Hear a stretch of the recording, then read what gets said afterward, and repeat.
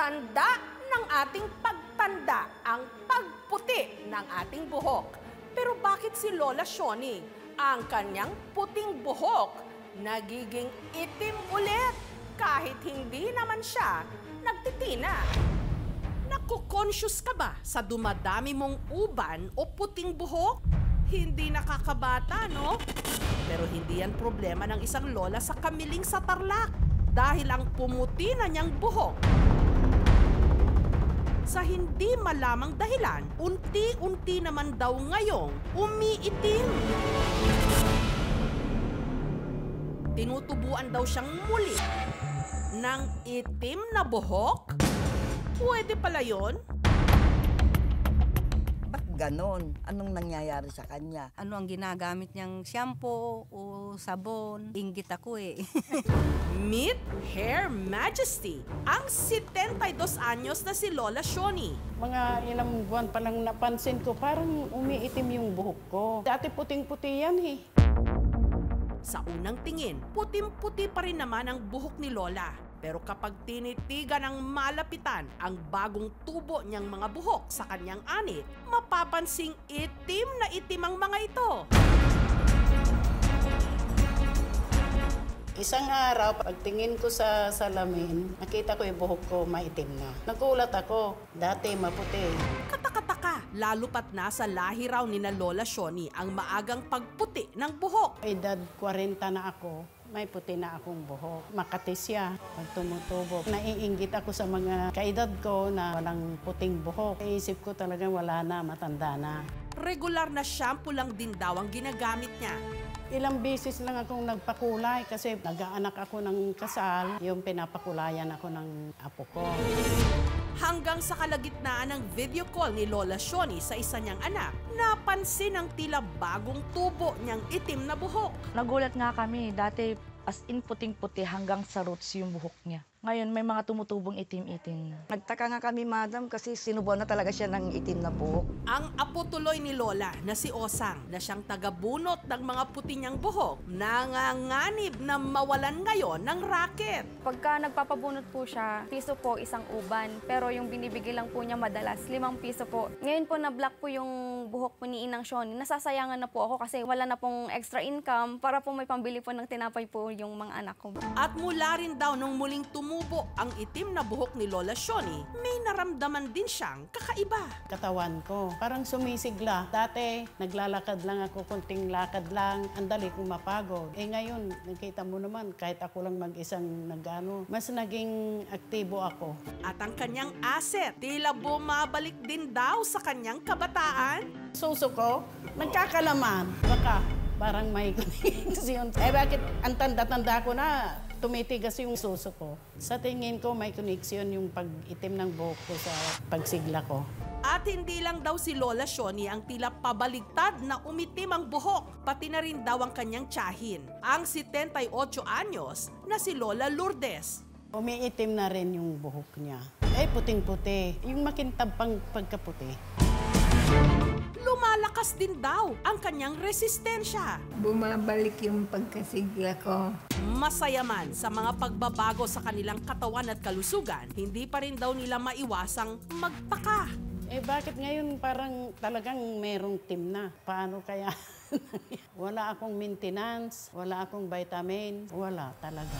At dito may ipinagtapat si Lola Shoni. Nagsimula raw ang lahat nung nito lang Abril, may sinimulan daw siyang inumin. Umpisa akong uminom ng... Yun ang umpisa. Napansin na ganyan ang buhok ko eh.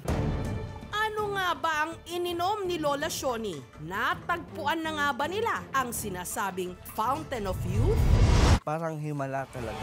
Bumabata ba talaga ang dalawang lola? Ang paliwanag ng siyensya, napaka-rare nito. It's a curious case, absolutely.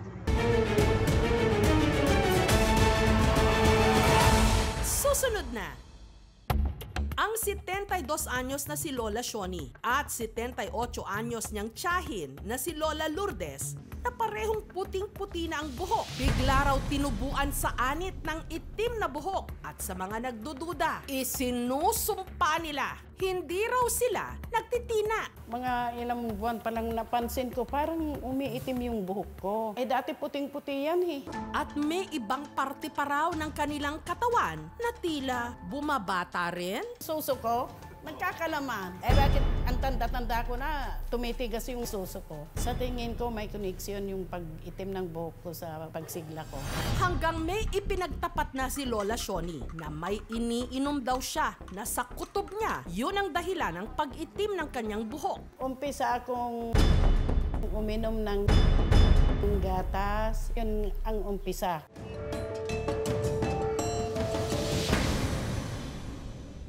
Napansin na ganyan ang buhok ko eh. Pero pag inom ng gatas lang ba talaga ang ugat kung bakit si Lola parang bumabata?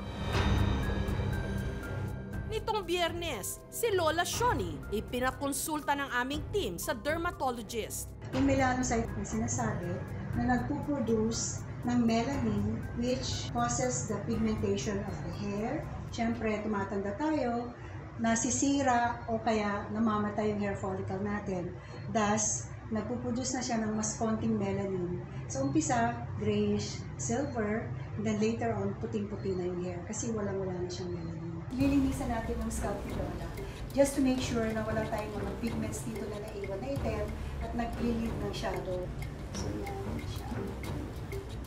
Okay, malinis naman yung scalp. It's clean, wala nang discoloration.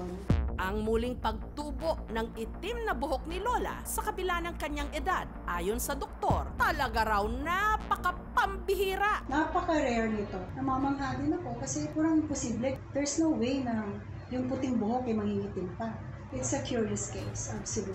Wala naman siyang pinapahid, langis man lang, or ano, wala talaga. At nakita ko naman na talagang interspersed, kumbaga, na puti at saka black na hair. So may talagang tumutubong hair. Chinek natin lahat, physically.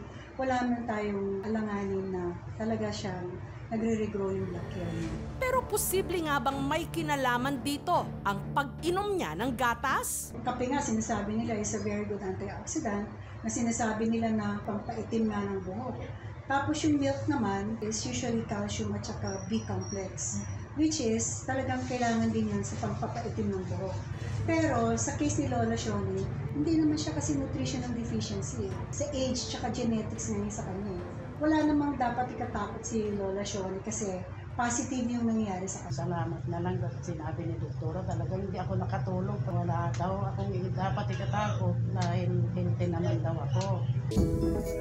Wala namang masama sa pagputi ng buhok. Hindi nga ba tanda rin ito ng dunong? At diba sabi rin nila, age is just a number. Maraming paraan para mapanatili ang ating kabataan. Ang importante, hindi tayo tumatanda ng paurong.